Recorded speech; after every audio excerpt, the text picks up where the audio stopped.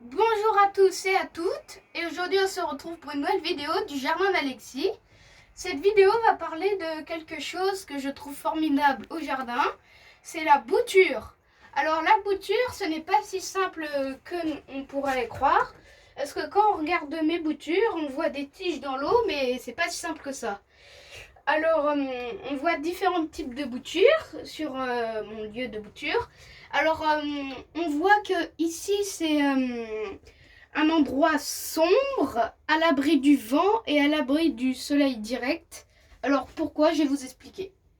Alors, les boutures, nous sommes d'accord que si vous les laissez au soleil, elles vont sécher. Parce que là, c'est une technique dans l'eau, mais les techniques dans la terre, elles sécheront directement. Même dans l'eau. Et du coup, à l'abri du vent, pourquoi? Le vent assèche aussi les plantes. J'ai découvert ça. Les plantes, ça assèche beaucoup les plantes.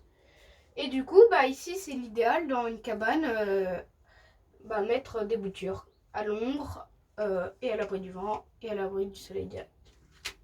Voilà, alors du coup, je vais vous expliquer comment faire une bouture, parce que les boutures, il y a différentes techniques et parfois, quand je cherche sur internet et tout, il y a tellement de techniques qu'on ne sait même pas laquelle utiliser. Là, je vais vous en dire une que j'utilise et qui a déjà fonctionné beaucoup.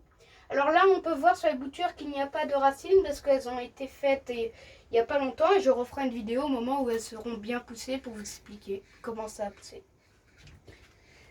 Alors, je vais vous montrer une bouture de laurier parce que je sais que le laurier, c'est une plante qui est jolie et qu'aussi il se bouture très facilement. J'en ai fait une bouture de laurier et puis maintenant elle est en terre et elle a très bien poussé.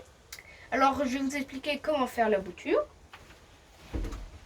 Cette technique est pareille et c'est la même pour différentes plantes. Alors, on voit que sur les deux lauriers, on voit deux techniques différentes. Une avec laquelle les feuilles ont été coupées à la moitié et une avec laquelle les feuilles ont été laissées en entière.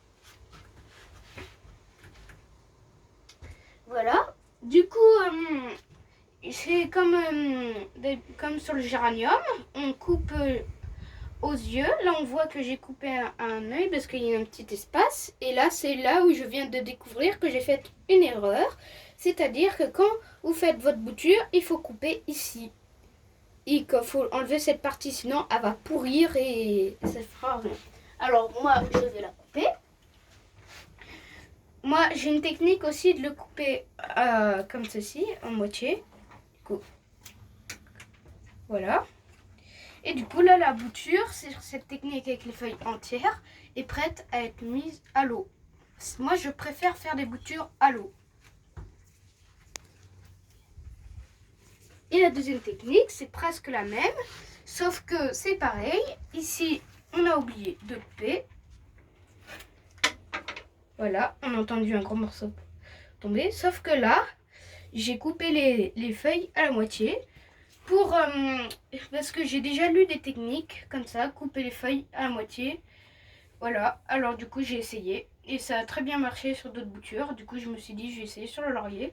Et là on peut voir aussi que là la plante elle est un peu séchée. Parce que de base ici il y avait des nouvelles pousses qui partaient et des fleurs. Sauf que je les ai coupées parce que les fleurs pompent sur l'énergie de la bouture. Et c'est pour ça que sur certaines plantes, on voit que là, elles fanent les fleurs parce que ça pompe sur l'énergie de la bouture. Voilà comment faire une bouture. Et du coup, moi, j'ai essayé d'en faire beaucoup.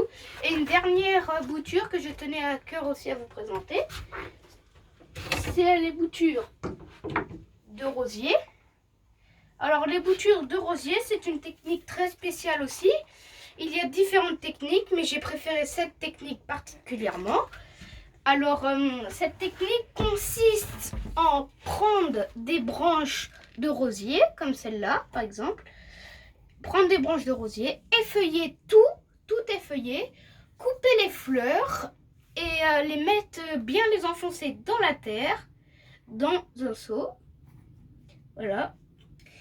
Et si vous avez bien effeuillé, il faut qu'il y ait minimum 2-3 yeux dans la terre. Les yeux, je rappelle ce que c'est pour les personnes qui ne se rappellent plus. Je vais vous montrer sur une bouture où on le voit très bien.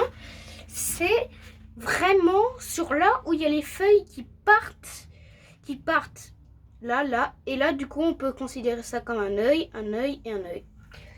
Voilà, du coup vous coupez tous les... Il faut qu'il y ait minimum 2-3 yeux dans la terre, et voilà. Moi ce que je vous conseille aussi c'est de noter la couleur de la plante sur le bocal ou le pot, parce que sur la bouture ça m'arrive souvent de me dire ah oui mais c'est quelle couleur ça, du coup je note sur toutes mes boutures voilà la couleur. Bon, j'espère que cette vidéo vous sera utile. Il y a tellement de choses à dire sur les boutures que sur la deuxième partie de la vidéo, quand je vous montrerai quand tout aura poussé, et ben je vous expliquerai encore 2-3 petites techniques. Alors n'hésitez pas quand même à me mettre des questions en commentaire. Les questions, j'adore répondre à vos questions. Et n'hésitez pas à mettre un like. Au revoir.